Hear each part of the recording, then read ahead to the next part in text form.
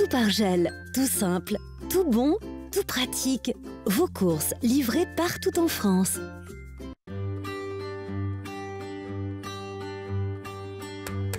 Je m'appelle Charlotte et je pense que les plus belles découvertes se font au bout de la rue.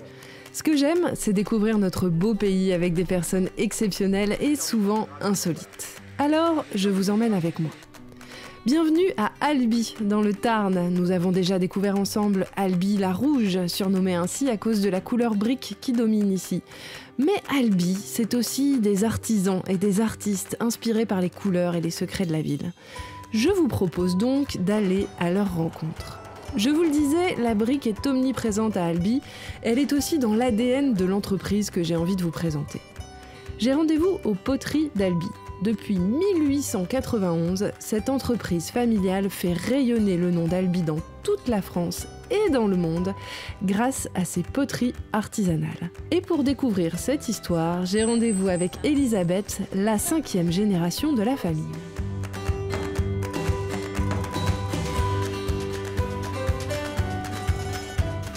Bon, mais Charlotte, je vais vous montrer comment tous les matins, ce qu'on fait, c'est qu'on ouvre les fours et on voit ce qui s'est passé pendant la nuit. Alors, et là, il s'est passé quoi? Alors, a priori, aujourd'hui, tout va bien. On a fait un essai de cette couleur et, ma foi, elle est sympa. Ah, ça c'est un test? Oui, c'est un test. C'est un test parce que bon, on a des difficultés actuellement sur cette couleur, on n'arrive pas trop bien à la sortir. Et donc là, on a refait un test pour voir et je crois qu'elle va bien. Elle n'est pas trop jaune, on avait des problèmes, on était un peu trop jaune. Voilà. Et alors là, par exemple, ça s'agit de quoi? Il faut mettre plus ou moins de pigments? Voilà, il va falloir qu'on revoie nos pesages, on va tout retester. On va recommencer parce que je pense qu'encore, il en manque un petit peu d'orange. Donc on va remettre un petit peu de poudre, on va refaire notre cuisine. Et puis demain matin, on aura à nouveau un autre résultat. Alors c'est marrant, ça veut dire que c'est pas une science exacte Ah non, c'est loin d'être une science exacte, c'est vrai? justement. Oui, ça a son charme, c'est des fois un peu ennuyeux, mais ça a son charme parce que des fois on a des découvertes surprenantes et qui peuvent être justement très intéressantes. Et pourtant, c'est une entreprise, un savoir-faire familial qui se transmet depuis des années, non? C'est depuis quand? Oui, alors c'est depuis 1891, puisque je représente la 5e génération et ma fille la 6e. D'accord. Voilà. Mais on se transmet effectivement le savoir de base, mais après c'est des créations tout le temps. Oui, c'est un métier qui évolue beaucoup? Beaucoup. C'est ce qui fait justement son charme. Juste avant de poursuivre la visite, je voulais quand même vous faire écouter un truc assez exceptionnel. Alors mon micro est là, je vais me rapprocher, écoutez.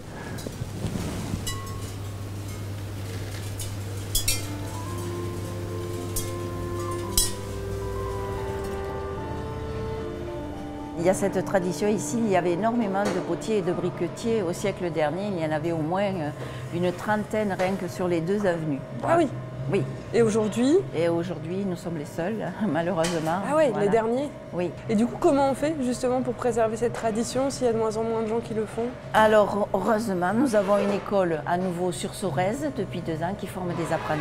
Et ça, c'est super. Donc, on a 2 apprentis chez nous cette année. C'est eux qu'on voit derrière? Voilà, on voit Maëlle et Mathéo. Alors, qu'est-ce qui se passe ici d'ailleurs? Alors ici, voilà, il y a Cédric qui est avec nous depuis 22 ans et qui tourne vraiment, qui est un tourneur confirmé. D'accord. Voilà. Donc ça, c'est la première étape. Dans la majorité des cas, on va laisser sécher au moins 1 semaine. Après, on va cuire et ensuite, on ressortira pour émailler. Et l'émaillage, ça se passe juste à côté avec Alex. Et donc là-dedans, il y a quoi? Ça, c'est l'émail? Voilà, ça c'est de l'émail. On le trempe.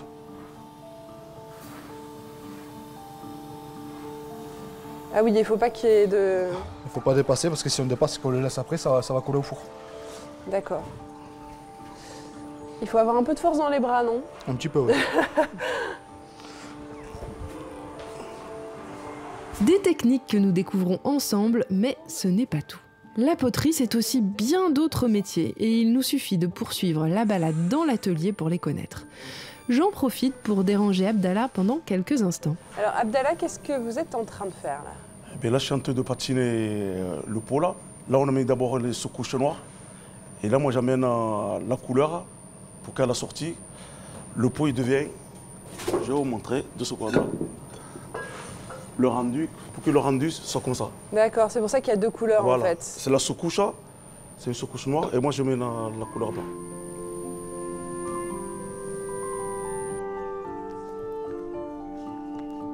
C'est fou le nombre de couleurs différentes qu'on peut faire, d'atmosphères différentes avec finalement un même matériau.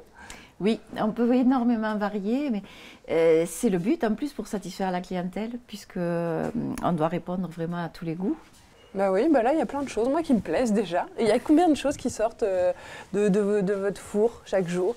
Alors chaque jour, on a 3 fours qui sortent. Ça doit faire à peu près en moyenne 800 à 1000 pièces. Ah oui, quand de même. la toute petite à la très grosse. Bon, après, ça varie. Hein. Si on met que des grosses, il y en a beaucoup moins. Alors il paraît que le chef ici, c'est votre fille. Ah oui, c'est vrai. Le chef, c'est ma fille. Bon, moi, je suis restée ici pendant 40 ans et maintenant, elle prend le relais. Enfin, bon, ça fait quand même 15 ans qu'on travaille ensemble, au moins. En voilà une famille qui entretient un lien transgénérationnel avec Albi et son patrimoine. La prochaine personne que j'aimerais vous présenter, c'est Denis. Lui aussi, il a un attachement très fort à sa ville et ses couleurs. Denis est artiste et pour me parler de la ville qui l'inspire, il m'a donné rendez-vous dans les jardins du palais de la Berbie, situé juste derrière la cathédrale. Denis, c'est un peu la carte postale ici.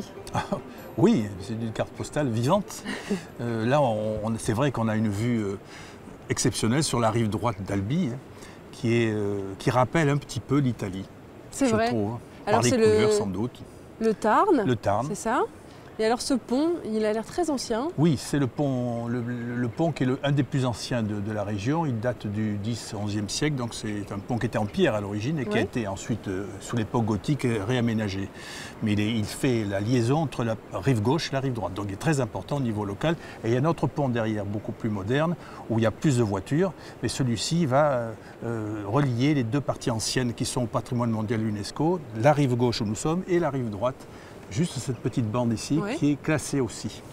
Donc première construction en pierre, et puis ensuite la brique. Et ensuite la brique. Et oui, on est à Albi. Et on est à Albi. D'ailleurs, il y a une église qui s'appelle Saint-Salvi et elle est en pierre. Et les parties qui ont été construites plus tard, donc à l'époque gothique, sont en brique. Ce qui est la caractéristique d'Albi, je crois, c'est la brique. Tout le monde peut s'en rendre compte. Alors c'est ce qui lui donne une couleur particulière aussi. Oui, oui. Et quand on est peintre, est-ce que ça a une importance de vivre dans Capital, une ville capital. D'abord, ça donne le moral tous les jours. Moi, je ne me lasse jamais de cette couleur.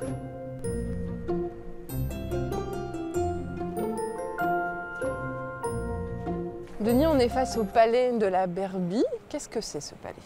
C'est l'ancien palais des évêques qui a été construit au XIIIe siècle jusqu'au XVIIIe siècle. Il abritait en fait les appartements et aussi le tribunal ecclésiastique.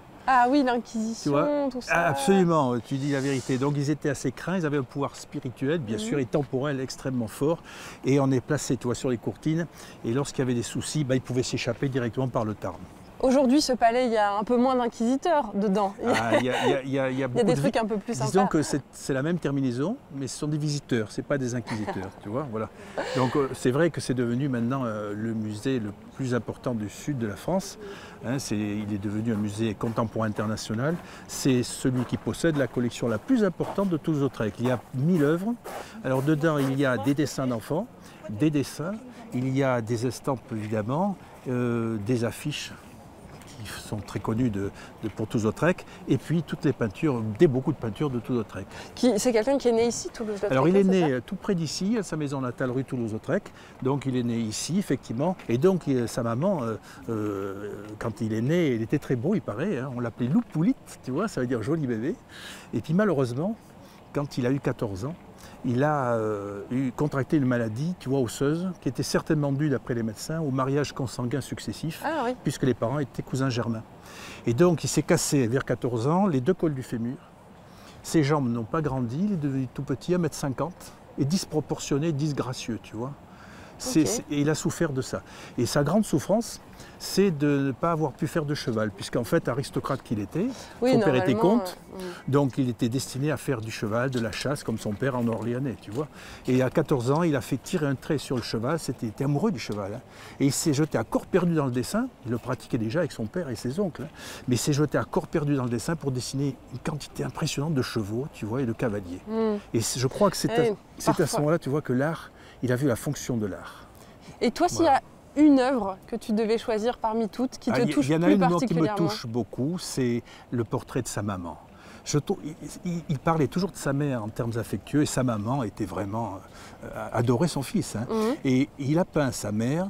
Il y a plusieurs tableaux, mais il y en a un où elle a les yeux baissés. Il y a une affection que l'on sent dans la touche, si tu veux, légère, comme s'il caressait sa mère, tu vois, en lui... avec son crayon, son pinceau, et il lui donne une vibration. C'est émouvant. On voit que cet amour, et c'est pas de l'impressionnisme, puisqu'il est post-impressionniste, mais il y a une tendance un petit peu, il est sous l'influence de l'impressionnisme par ces petites touches de variation de couleurs. Et ces touches, on les retrouve dans presque tous ces tableaux, avec des traits en général, choses comme ça. Je ne pouvais pas quitter Denis sans voir son travail, évidemment.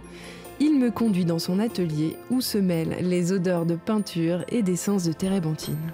Donc c'est ici que tu travailles. Et oui. C'est lumineux. C'est de là que sortent tous mes tableaux et mes huiles sur papier. Alors ils sortent d'où, justement? De ma tête. Non, je voyage beaucoup. Tu sais qu'on a la chance d'avoir une ville exceptionnelle. C'est peut-être pour ça que je me permets de voyager. Au même titre que le galop de la Pérouse qui partait. On n'a pas peur de quitter la ville parce qu'on sait qu'on va y revenir. Hein. Et donc moi je cherche, si tu veux, d'autres populations, d'autres paysages. J'aime bien le dépaysement en fait. Moi ce qui m'intéresse, si tu veux, c'est l'arbre et le végétal, mais c'est surtout la lumière qui m'intéresse, la couleur lumière. Et donc quand je peins, j'essaie, si tu veux, je ne sais pas si je réussis, mais j'essaie de faire en sorte que la lumière vienne du tableau et non pas de l'extérieur. Bon, je ne peux pas m'empêcher de remarquer qu'il y a quand même pas mal de rouge. Oui, alors ça justement, c'est ce que l'on me dit, c'est sans doute inconscient. Je suis très inspiré par la couleur d'Albi, les rouges de briques et le bleu du ciel de la cathédrale qu'on retrouve assez souvent dans mes tableaux. Donc ça, c'est les gens qui me le disent. Mais c'est vrai que la matière même de la brique me paraît être assez présente. Même si ce n'est pas la couleur exacte, je crois qu'il y a un lien avec Albi, oui. Moi, il y a un truc qui m'intrigue. Alors je te pose la question. Mais ça m'intéresse. C'est ça. Oui, c'est forme carrée. Il paraît que c'est ma signature. Alors moi, je ne peux pas t'expliquer trop ce que c'est, mais je peux simplement te dire que je peins très souvent des encadrements, en tout cas ce sont des fenêtres, et ces carrés correspondent pour moi à des mini-fenêtres, tu vois, des fenêtres ouvertes vers quoi? Vers des mondes inconnus. Le tableau au-delà du tableau. C'est un tableau dans un tableau, voilà, exactement. C'est une visite, on a fait Albi, mais on peut visiter peut-être mes tableaux comme une ville. Hein. J'espère qu'Albi la Rouge aura mis des couleurs dans votre journée. Pour tout revoir, rendez-vous sur terredefrance.tv et nous on se retrouve très vite pour d'autres rencontres colorées.